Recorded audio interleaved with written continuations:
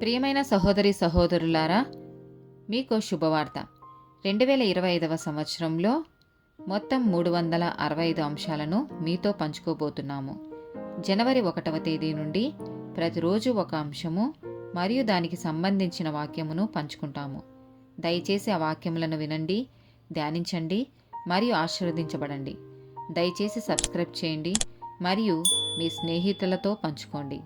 ధన్యవాదాలు.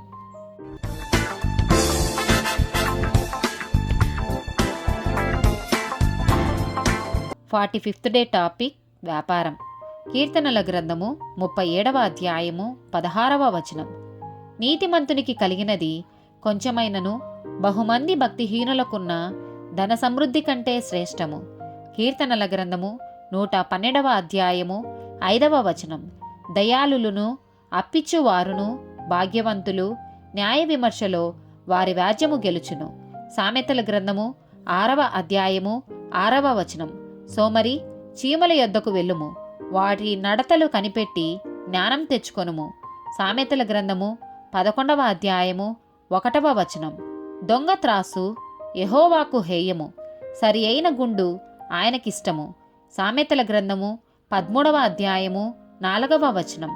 సోమరి ఆశపడను గాని వాని ప్రాణమునకేమీయూ దొరకదు, శ్రద్ధగల వారి ప్రాణము పుష్టిగా నుండును.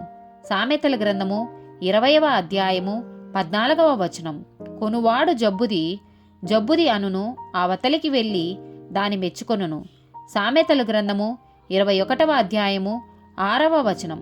అబద్ధములాడి ధనము సంపాదించుకొనుట ఊపిరితో సాటి, దానిని కోరువారు మరణమును కోరుకుందురు. ప్రసంగి గ్రంథము 9వ అధ్యాయము 10వ వచనం. చేయుటకు నీ చేతికి వచ్చిన ఏ పని అయినను నీ శక్తి లోపం లేకుండా చేయుము. నీవు పోవు పాతాళమందు పని అయినను ఉపాయమైనను తెలివి అయినను జ్ఞానమైనను లేదు. యెషయా గ్రంథము 33వ అధ్యాయము 15-16 వచనాలు. నీతిని అనుసరించి నడుచుచు యథార్థముగా మాట్లాడుచు నిర్బంధన వలన వచ్చు లాభమును ఉపేక్షించుచు లంచము పుచ్చుకొనకుండా తన చేతులను మలుపుకొని హత్యయను మాట వినకుండా చెవులు మూసుకొని చెడుతనము చూడకుండా కన్నులు మూసుకొనువాడు ఉన్నత స్థలమున నివసించును. పర్వతములలోని శిలలు అతనికి కోటయగును, తప్పక అతనికి ఆహారము దొరుకును, అతని నీళ్లు అతనికి శాశ్వతముగా ఉండును. యెహెజ్కేలు గ్రంథము 45వ అధ్యాయము 9-10 వచనాలు. మరియు యెహోవా ఈ మాట సెలవిచ్చుచున్నాడు, ఇశ్రాయేలుల అధిపతులారా, మీరు జరిగించిన బలాత్కారమును దోచుకొనిన దోపు చాలును.